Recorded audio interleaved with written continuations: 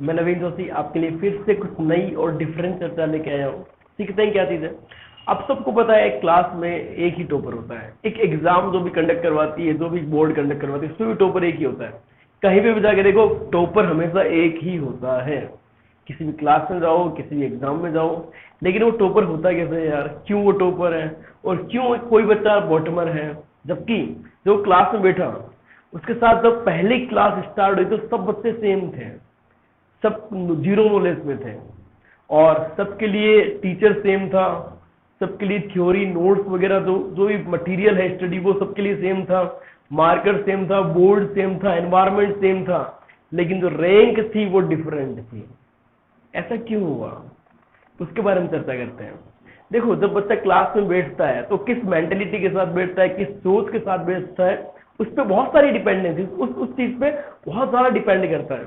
तो बेसिकली मैं चर्चा करता हूँ, बच्चा जब क्लास में बैठता है तो किस मेंटेलिटी के साथ बैठता है। वो तीन है, तीन तरह की मेंटेलिटी में जब बच्चा बैठता है। जो टॉपर बच्चा होता है उसमें क्या डिफरेंट होता है, और जो नॉर्मल बच्चा है जो कुछ नहीं कर रहा, जो बीच में आता है, मीडियोकर बच्चा है, वो कौन है, और जो लास्ट बच्चा है वो कौन है, वो चर्चा करते हैं।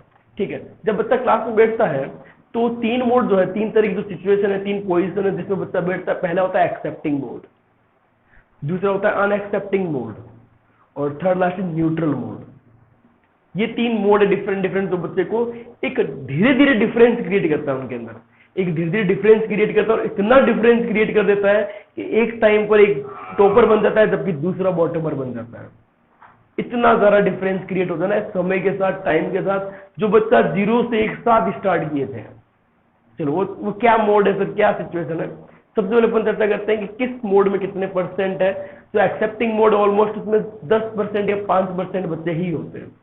अनएक्सेप्टिंग मोड में 30% बच्चा होता है ऑलमोस्ट, और न्यूट्रल मोड में सबसे बड़ा जोन होता है, मीडियोकर जो बच्चा होता है वो न्यूट्रल मोड में होता है, और न्यूट्रल मोड में ऑलमोस्ट 60 to 65% बच्चा लाई करता है। बेसिकली जब न्यूट्रल मोड में जरा बच्चा, तो सर ये है क्या?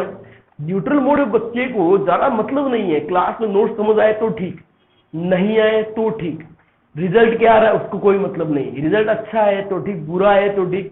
वो बच्चा ही नहीं, उसको क्लास में कुछ पढ़ाया जा रहा है, उसको आता है पहले से, जो उसको पढ़ाया जा रहा है उसको पहले से आता है, तो वो क्लास में बोलेगा नहीं सर, टीचर के सामने, सर इसका आंसर ये होगा, ये वो कुछ नहीं करेगा वो। और यदि उसको नहीं आता तो सवाल ही पैदा नहीं होता यार, सवाल ही पैदा नहीं तो कुछ बोले यार, कुछ मतलब बीच में फुद गए, ऐसा कुछ नहीं है, वो न्यूट्रल पड़ा रहता है। अब बात करते हैं एक्सेप्टिंग मोड। देखो यार, जब बच्चा एक टॉपर बच्चा होता है ये एक्सेप्टिंग मोड में रहता है। क्या चीज है? जब एक टॉपर बच्चा क्लास में एंटर करता है तो वो इसी मेंटलिटी, इसी सोच के साथ एंटर करता है, यार मुझे आज सीख के जाना है, मुझे आज यहाँ से सीखना है, मुझे एक्सेप्ट करना है नॉलेज को। और वो वहां से एक लर्निंग मोड में आता है, learning mode, accepting mode, class में बैठा और चीजों को सीखता है, ऑब्जर्व करता है, बढ़िया सीखता है। यदि उसको कोई डाउट है, दिक्कत है, वो पक्का शेयर करेगा, क्लियर करेगा, अपना हर एक छोटे छोटे गड्ढे को कंप्लीट करेगा और एकदम वेल फिनिश्ड टॉपिक तैयार करेगा, बढ़िया फिनिशिंग करेगा उस टॉपिक की। और ये सबसे बढ़िया मोड आप सबको पता है।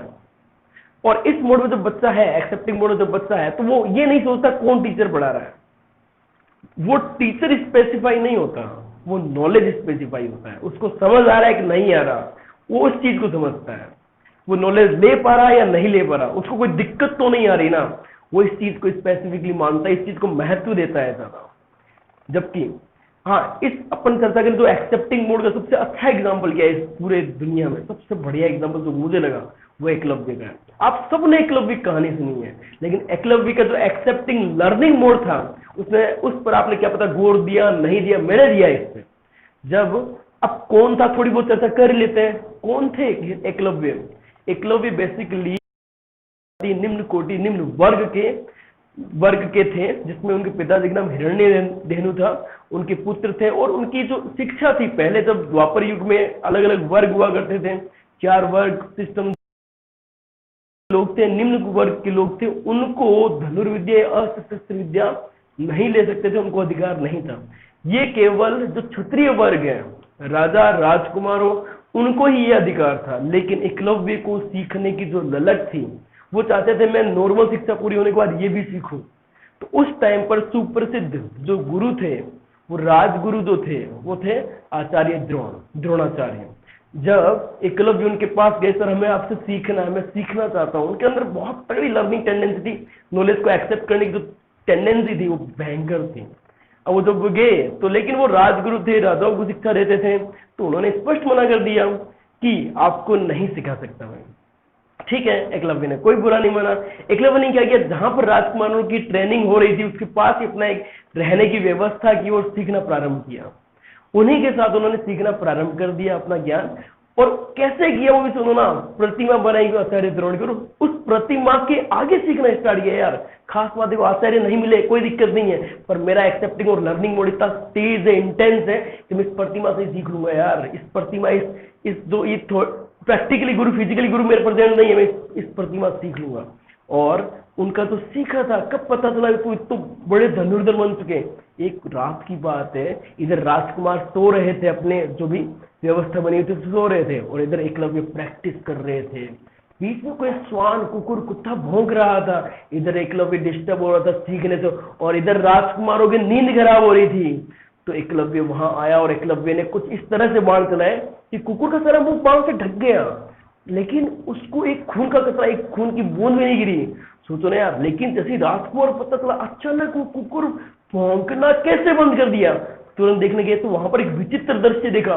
क्या देखा, उस कुकुर के मुंह में बहुत सारे बाण थे, लेकिन उसको लहू खून कुछ भी नहीं आ रहा था, ना वो परेशान हुआ। तो इस चीज को देख के वो बड़े परेशान हुए कि सब ऐसे कैसे हो सकता है कि यार इसके एक भी खून नहीं है और इतने सारे बाण मुंह में धस दिए हो, संभव ही नहीं है। आचार्य जिज्ञासा हुई सबके मन में, कैसे संभव, कैसे वो सब गए गुरु द्रोण के पास कि सर हम लोगों ने ये चीज देखी, गुरु को ये बताया, सारी बात बताई। गुरु वहां तुरंत पहुंचे और गुरु ने ये जो दृश्य देखा, गुरु खुद आश्चर्यचकित हो गए, ऐसा कैसे संभव है। तो गुरु ने क्या किया, पता लगाया किसका, क्योंकि ये काम तो कोई महान धनुर्धर ही कर सकता है। गुरु के दिमाग में क्या है, गुरु के दिमाग में क्या है, ये काम कोई महान धनुर्धर कर सकता है।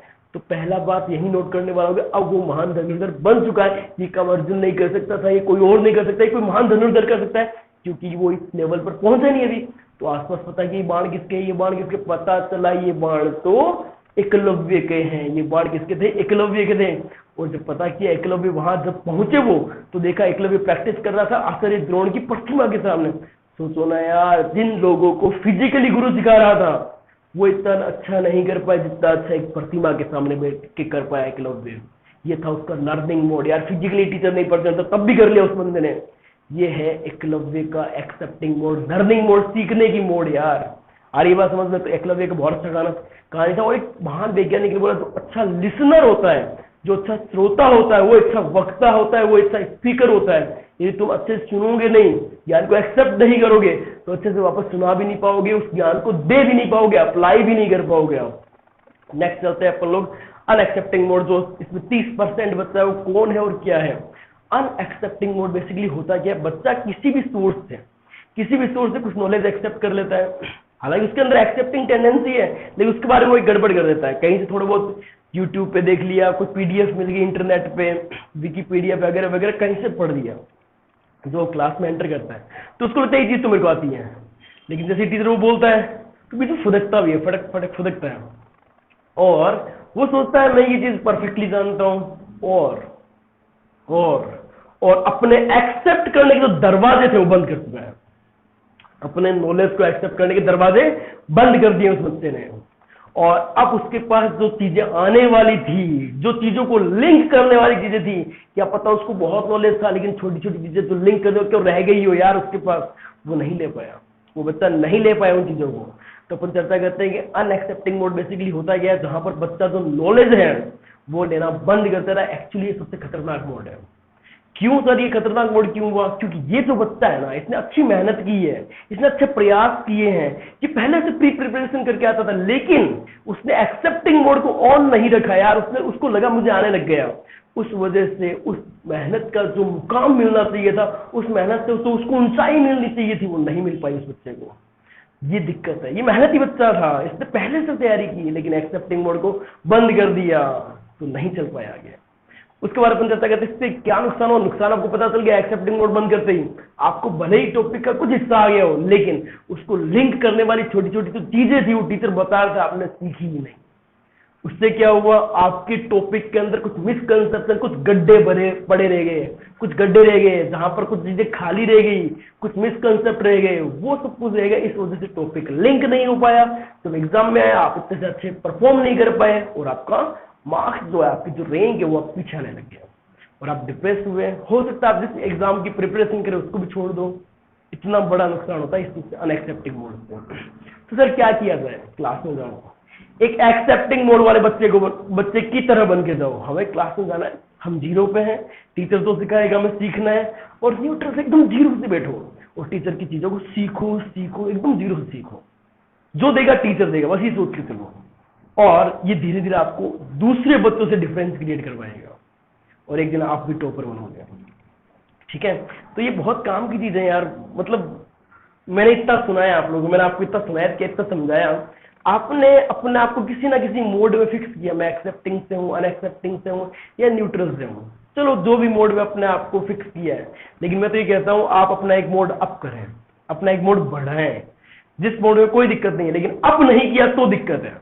आपको मोड अपना अप करना है। ठीक है, हाँ सर हम पहले से एक्सेप्टिंग मोड में है तो मेंटेन रखना, अपने आप को मेंटेन रख। एक मोड अप करने में जितनी एनर्जी नहीं लगती ना, उससे कई गुना ज्यादा एनर्जी मेंटेन करने में लगती है, एक्सेप्टिंग मोड को मेंटेन करने में लगती है। अपने आप को मेंटेन रख, एक्सेप्टिंग मोड में रख। जैसे चीज मिले सीखने को सीख, ये जिंदगी भर काम में आएगी तेरे को। ऐसा नहीं 11th 12th 13th या कॉलेज की लाइफ में का, हर जगह पर काम में आने वाली चीज है ये। ठीक है, इस तरह से अपन मिलते रहेंगे और पढ़ाई को एंजॉय करेंगे और चीजों को सीखते रहेंगे। और वीडियो अच्छा लगे तो बताएं यार इस पर, और टॉपिक सजेस्ट करें मेरे को, आपको कौन सा टॉपिक और अच्छा चाहिए जिस पर अपन और काम करेंगे। ठीक है, thank you so much for watching.